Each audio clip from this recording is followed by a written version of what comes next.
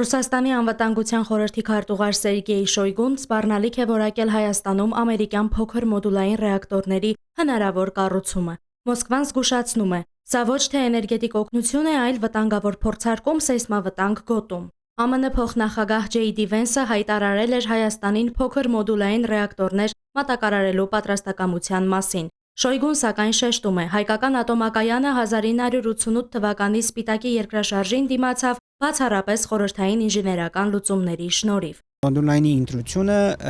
եթե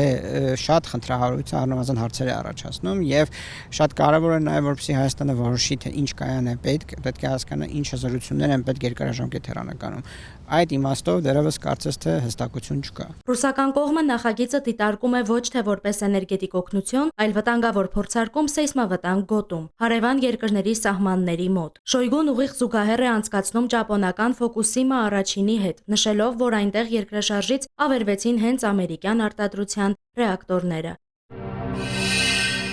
Բաժանորդագրվեք Արմատ մեդիայի ալիքներին YouTube-ում, Facebook-ում, Instagram-ում և Telegram-ում։